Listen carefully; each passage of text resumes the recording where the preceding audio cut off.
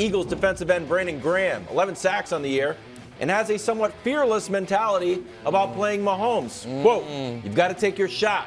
You can't play scared. You see when teams play that way, he carves you up.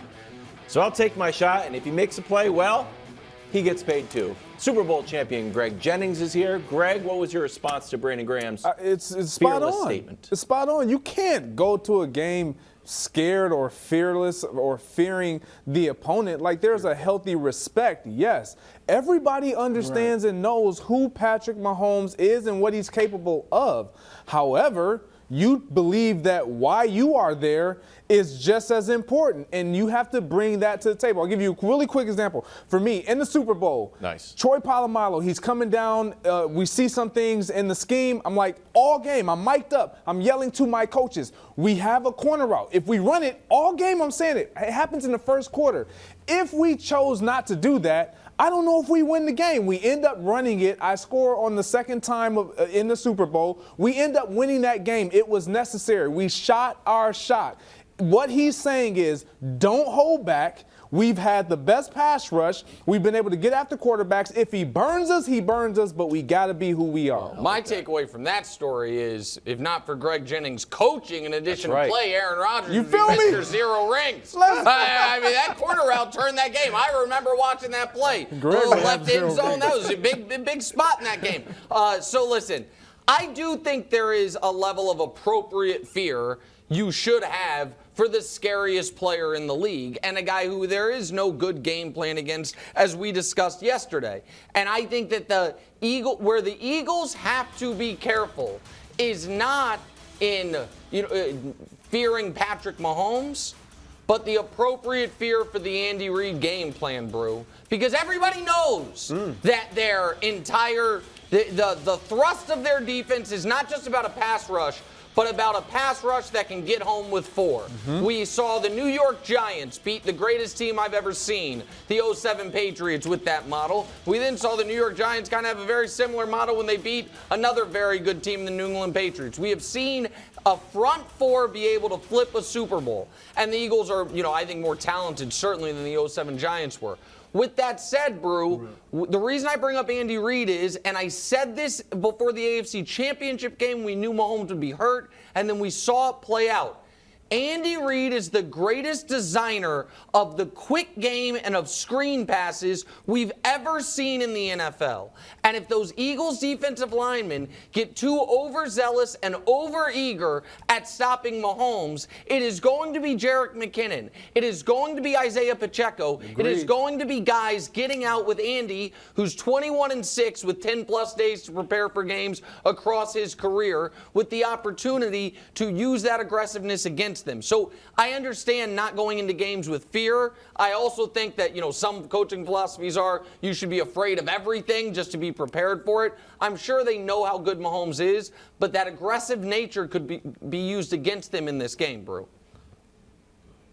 Yeah, no doubt about it. First of all, props to Greg Jennings for the outstanding humble brag. The outstanding humble brag. That was well done because it was applicable to the story. But great job, Greg. And it wasn't just any safety. It was Troy Polamalu. His flowing locks. And Greg cooked him up. So good. Troy is on line 1. Yeah. But anyway, this is the problem with facing Mahomes.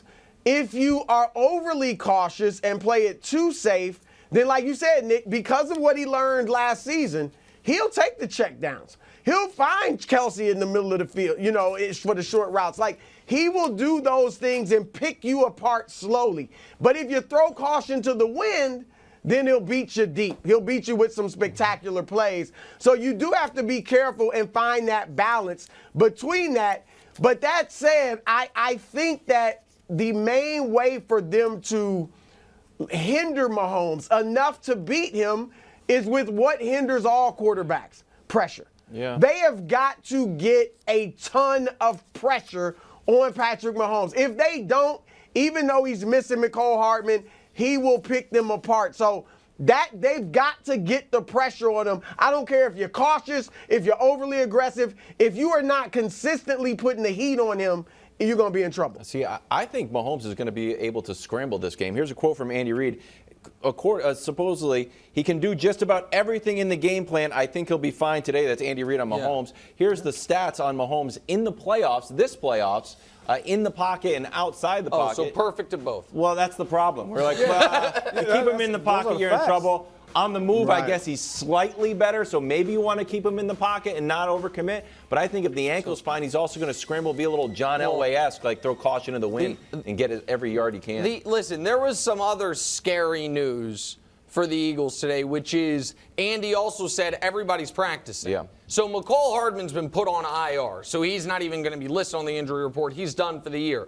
But Juju is practicing, Tony is practicing, Snead, the corner they lost with the concussion, is cleared protocol, and Willie Gay is practicing. So the Chiefs are the healthiest they have been all year long. And you might say, well, what about Hardman? Hardman was injured in early October, and the first game back was the AFC Championship game. Hardman and Kadarius Toney have played all season together 4 snaps at the same time, and it was briefly in the AFC title game. So Toney kind of slid into that role.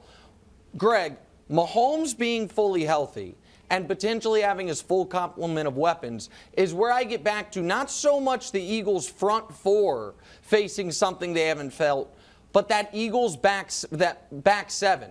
They faced all year long 4 quarterbacks that were markedly above average this season. In Goff, the Prince, Rodgers, and Dak. 3 of those 4 lit them up to the tune of averaging 36 points per game. The only one that didn't was the Prince, and that was in a monsoon. He turned the ball over 5 times. You know, it was early in his season. And it wasn't great. But my point was, it's not, if you watched that game as intently as I know everyone did because the Prince was involved, it wasn't like a lot of strip sacks. He was literally dropping the ball. I said it was unfair weather, so they probably should have canceled the game. Neither here nor there. Point is, I do not think Philadelphia's back end is prepared for what they are going to be dealing with a fully functional Mahomes, when in the last month you've played Davis Webb and Daniel Jones and Brock Purdy and Josh Johnson. Yeah, you make a good point. Look, pass rush is everything, but when your rush doesn't get home, it affords those guys on the back end to have to cover for extended periods of time. And that's not a key to success for any secondary. I don't care how great your secondary is. Darius Slay, we know, is the lone Pro Bowler back there. C.J. Gardner-Johnson, he's been phenomenal all year when he's been healthy. And so you have 2 really marquee guys and a lot of guys that can really play well. But can they cover for extended periods of time if they have to because the pass rush doesn't get home? Patrick Mahomes does what he does to any and everybody. Also, given this update from Andy Reid and given the fact that they put the pads on and hit and they let Patrick try some things out, America, while you can, Mahomes' rushing prop is 20.5 yards, so he needs 21 yards to hit the over. If I was a better, if you're a better, now the only scary part is the old kneel downs at the end of the game can get you because that's what the Chiefs are going to be doing. Nothing worse than that. Got him in the Niners Super Bowl, those deep kneel downs. But that's a good bet, America. Okay. It all kicks off Super Bowl Sunday at 1 p.m. Eastern on Fox. Thanks for watching. Subscribe here to get more from the show and to check out clips from other shows on FS1.